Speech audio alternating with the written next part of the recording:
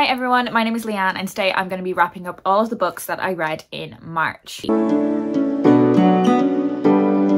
So I'm going to be bringing you little mini reviews of everything I read during March. March was, of course, the Irish Readathon. If you don't know what I'm talking about, I will leave my entire Irish Readathon playlist linked down below. But essentially, this is a month that myself and my co-host Aoife dedicating to reading Irish books. So in March, I read only Irish books. But we always say if you just pick up one Irish book, you are participating in the readathon. And we also give some prompts or challenges for people who want to push themselves a little bit more and kind of gamify what they're reading a little bit. But we always say one book, you have participated. Thank you so much to everyone who got involved, who posted videos, who joined in our Discord server, who posted their TBRs and their book reviews onto Instagram. I'm sorry I wasn't as engaged this March as I normally am and would like to be. It was just a bit of a crazy time, but it means so much whenever I see so many people participating. It just makes me so happy. I'll also, of course, leave Aoife's channel linked down below just in case for whatever reason you haven't been keeping up with her reading. Make sure you go and check out everything she was reading in March. So it's now time to get into reviewing the books. The first book I'm going to talk about was our group read for the readathon, and that was None of This Is Serious. And I read the bulk of this book in one sitting. I absolutely flew through it. I read it so quickly and I remember it being a really enjoyable reading experience. So we are following one main character who is a young woman. She is living that kind of student life in Dublin, but it's coming to the end of their studies and everyone is kind of figuring out what they're going to do next, and she's feeling slightly left behind and she doesn't really know what she's going to be doing with her life. While all of this is going on, there is also this crack that has appeared in the sky and nobody really knows what it means. People are discussing it a lot online. There's kind of conspiracy theories coming around about what it could be and what it could mean. Everyone gets really freaked out for a while, and I think that was a really excellent device to use to engage with the impact that the pandemic had on young people. I don't really like when the pandemic is incorporated into fiction, but I think using this crack in the sky as a device to explore the feelings that people had around the uncertainty and confusion and fear around the pandemic worked really well, because I suppose the thing at the pandemic was the fear of the unknown and a lack of understanding.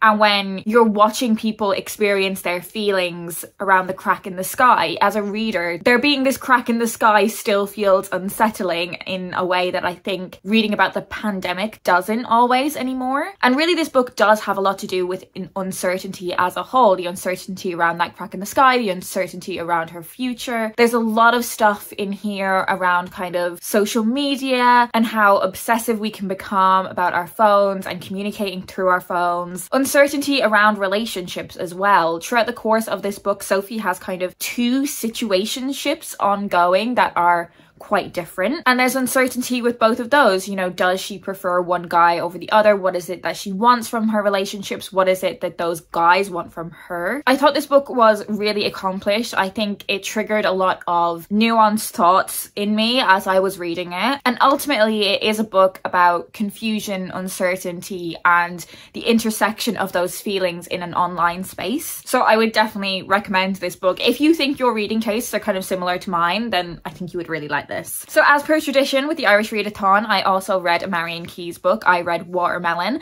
and this is the first book in the saga of books about the Walsh family. So in this book we are following Claire Walsh, who has just given birth to her first child. Then really quickly after she has given birth, her husband tells her that he has been having an affair and he is leaving her.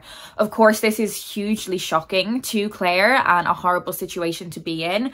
So she decides to return home to her mum and dad's house and get herself settled there. She's dealing with all the complications of being a new parent, of getting used to her body changing again, of caring for this whole new small person. And on top of that, she's got the complications of being back in her parents' house again. I don't know if there's anyone else who has done that. I have. I've gone back to my mum's house after living away, and it's really tricky, never mind doing it with a newborn baby and coming to terms with the fact that your husband's been having an affair. Claire has a lot going on, and really the whole book is Claire coming to terms and adjusting to her new experiences and getting to know herself again, getting to know this new version of herself and adapting to her new life. And that's ultimately what this book is about. It's about a woman getting to know herself again in a completely new set of circumstances. Of course, there's lots of things that happen along the way, lots of things in terms of romantic interest and her husband coming back into the picture. I always say what I love about Marian Keyes's books is that she deals with such big topics over,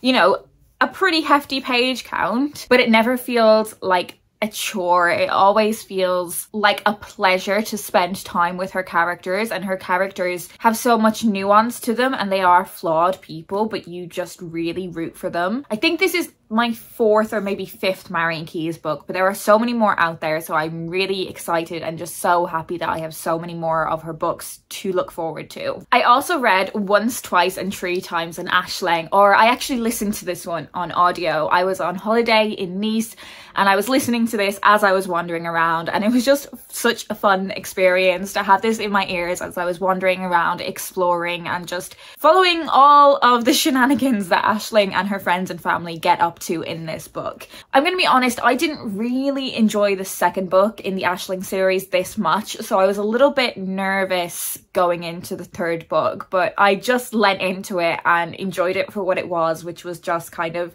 really fluffy fun. That's not to say that these books don't engage with really formative experiences in a young woman's life, but they are wrapped up in just a lot of frivolity. So if you don't know about this series of books, we are following Ashling, who in the first book in the series is in her late 20s. In this third book, she is of course turning 30. And it just deals with a lot of the kind of contemporary concerns and life experiences of a young Irish woman. And Ashling is kind of like a really kind of like stereotypical Irish country girl. So the crux of what Ashling is going through in this book is not only turning 30 and kind of thinking about her future and like running her business and her different kind of like romantic connections and everything around that, but there is also a wedding to plan for her friend. And there's all the kind of chaos that you would expect from that, including like planning the hen do and that those kind of like relatable young woman experiences. There's also a lot of like very Irish stuff about small town Irish celebrity. The way I feel about this book is kind of no thoughts, just vibes.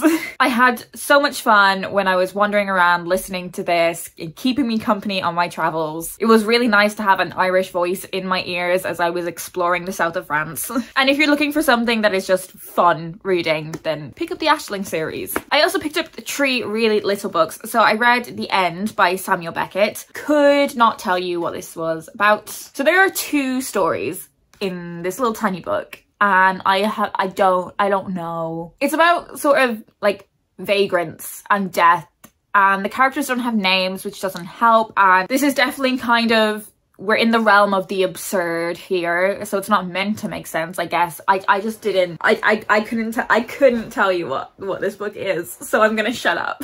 I also read Only Dull People Are Brilliant at Breakfast by Oscar Wilde, and this is just kind of a collection of quotes from Oscar Wilde, so it's something you can definitely kind of just like dip into, and like there's no like story here or anything. It's literally just a collection of quotes, some that come from his fiction writing, some that come from like his letters. I find Oscar Wilde a really fascinating character, so I definitely enjoyed like hearing a lot of what he had to say about stuff. Some of it I was familiar with, some of it were quotes that I'd not read before. I do think there's a danger with stuff like this, however, in that quotes are taken completely out of context. You know, you don't know what they've come from and what the overall piece of writing that it was from was about. Like, all of these quotes are presented without any context. So I think this is cool to have as someone who is a fan of Oscar Wilde's writing and a fan of kind of the history of Irish writing. But I would definitely obviously recommend reading full works by Oscar Wilde instead of just a random collection of quotes. I also read A Terrible Beauty is Born by W.B. Yeats. I think I had read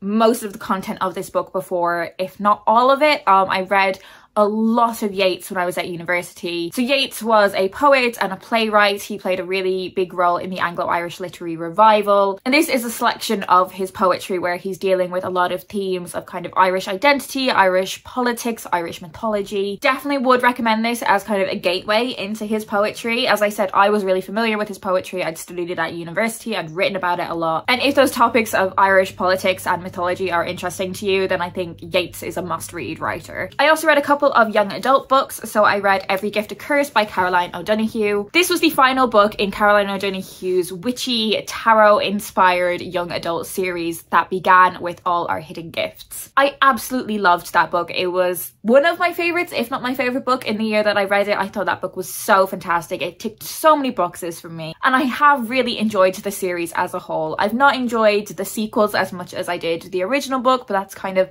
standard for me when it comes to series. I can't really talk too much about the details of this final book without spoiling the previous books, but a kind of overarching overview of the series is that we are following Maeve and her friends on their journey learning about magic and witchcraft that begins with a tarot deck. Very witchy in a very like specifically Irish way, which I absolutely love.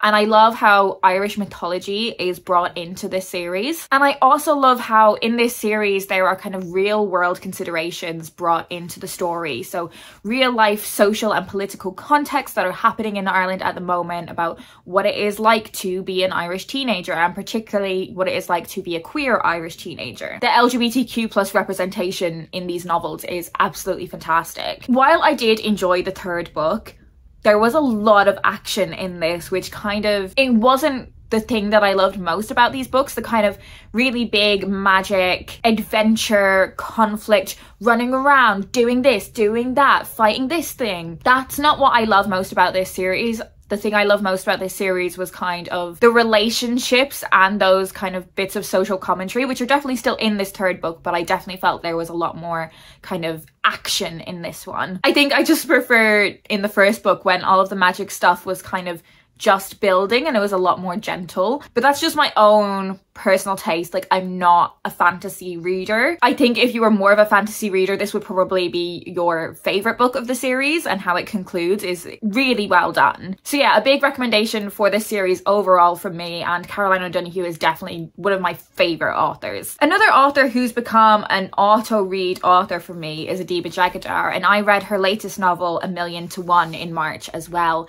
And unfortunately, I was quite disappointed by this one, and that's kind of what I've been hearing a lot of people say about this novel, which is a real shame.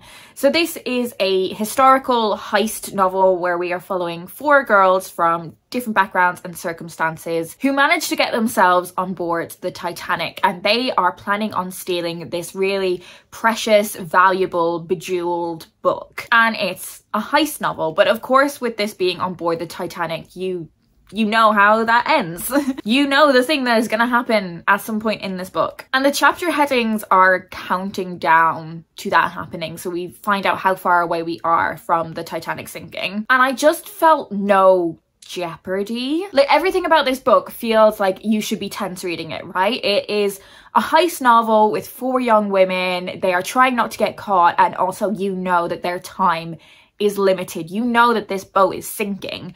And I just didn't feel any kind of jeopardy or any kind of risk at all. And also I found the whole setup of the heist really unbelievable. Like, I just didn't think they would get as far as they did. It just feels so unbelievable to me. And of course, sometimes with these books, you're just there for the journey and suspend your disbelief. I thought the relationships between the girls were quite interesting, although I'm not sure they fully had distinct personalities. But I really appreciated the LGBTQ plus inclusion in this book. If you know Adiba's writing, you'll know her previous 2 books were female-female romances that were set in Dublin. And I also really appreciated the engagement with what it might have been like, or what it was like to be a person of colour in Ireland at that time. But sadly, this one wasn't a new favourite. I love her previous books, and I'm really excited for her next book, which I think is kind of like a bake-off inspired romance, so I'm really excited to read that one. But yeah, not one for the favourites shelf. I also read Girls Who Slay Monsters by Ellen Ryan. This has illustrations by Shona Shirley MacDonald, and I loved the illustrations in this book. It really brought these stories to life. So this book is a book about Irish mythology, and specifically the women in Irish mythology, the goddesses, the queens, the female warriors that have been forgotten in favour of the stories of male warriors, kings, etc. Some of the mythology in this book I was familiar with, but a lot of it was new to me as well, and I really enjoyed reading more about these figures from Irish mythology and finding out the lasting impacts that they have on Irish culture today, like where certain words come from and that kind of thing, and why certain traditions exist because of the stories of these women. And I loved how much inspiration you can take from these stories into your own contemporary life as a woman. As I said, the illustrations were gorgeous. They felt really contemporary in bringing these stories up for a modern day, and I loved the different interpretations on what these women might have looked like. I had such a cozy reading experience with this one as well. I was literally snuggled up in bed with candles, with the fairy lights, and I read it in one go, cover to cover. It was just so cozy. And then finally, there's a couple of books that I read that I got from work. So I read Love Lucy by Marita Conlon McKenna. You may know this author if you are someone who's read a lot of Irish children's books from Under the Hawthorn Tree. If you grew up in Ireland, you would have most definitely have been made to read that book in school and be slightly traumatized by it. But in this book, we are following Lucy, whose mother has very sadly died from cancer, and throughout this book, she is writing her mother letters. The format of that, and it being written through letters, makes this a really quick read, and this was another one that I read in one sitting. I read it on the plane to France. But we are following this young girl, Lucy, coming to terms with the feelings around the loss of her mother, the grief that she is experiencing, the toll that is taking on her family, and how her family are, of course, struggling to adjust to that. Lucy herself is struggling, but also her older sister seems to be developing some unhealthy coping mechanisms. Her younger brother is having a lot of nightmares, and of course her dad is really struggling as well with taking on the responsibilities that were once shared between two parents. This was a really thoughtful, compassionate book, and I think it had a very satisfying conclusion in terms of allowing Lucy to move on with her life while still feeling connected with her mother. I thought this was a really good book. And finally, I read The Case of the Phantom Treasure by Nick Sheridan. I actually spoke about both of these books in a video that I did specifically recommending children's books to the Irish Readathon, so I will leave that linked in the cards and in the description as well. But this is the second fiction book from Nick Sheridan in this kind of mystery detective kid series. So the series began with The Case of the Runaway Brain, and the next book in the series is The Case of the Phantom Treasure. So we are following friends Riz, Ollie and Drew, this time trying to solve the mystery of some hidden treasure in a shipwreck. They are piecing together all of the clues, solving all of the puzzles, wondering, is there something supernatural at play? What I love about this series of books is how Nick Sheridan brings in his background as a journalist and a broadcaster to kind of show kids what it's like to be detectives, to be unraveling mysteries, who trying to find out answers. Essentially, these books just feel like Scooby-Doo. Like, that's kind of the vibe that we're getting, and they're so funny as well. Another great aspect of Nick's writing is just his sense of humor, and me reading these as an adult reader, I still find them really funny, so I can only imagine how a kid would react to them. So if you have a younger reader in your life, or you are someone like me who just loves reading kids books, then I would definitely recommend this series. So they are all of the books that I read in March. Do let me know down in the comments if you've read any of these before, what you thought of them, if there are any of them that have piqued your interest. If you participated in the Irish Readathon, once again, thank you so much. It means so much to us. Thank you for supporting our passion project. If you don't have anything specific to say, but you want to let me know that you are here, leave me a green emoji. That is it from me today. I hope you guys are doing well, and I'll speak to you in my next video.